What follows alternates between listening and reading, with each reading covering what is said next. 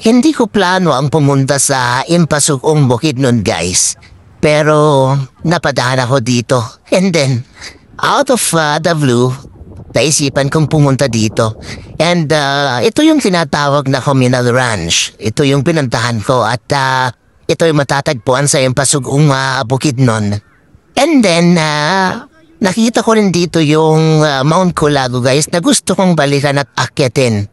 Sa ngayon, ito muna yung naging topic ko o naging nakita ko. At ito yung gusto kong pag-usapan guys kasi nagtaka ko actually na tumubo yung puno dyan sa crack na bato na yan guys na aking inuupuan dyan.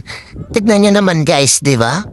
Parang may aral sa akin ito guys eh. Ang sinasabi niya, bloom where you are planted. Very harsh yung condition na kanyang kinalakihan.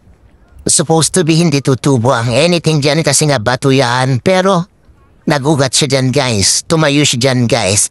Alam mo yun yung parang napakagandang bonsai guys. Na talagang tumubo siya dyan.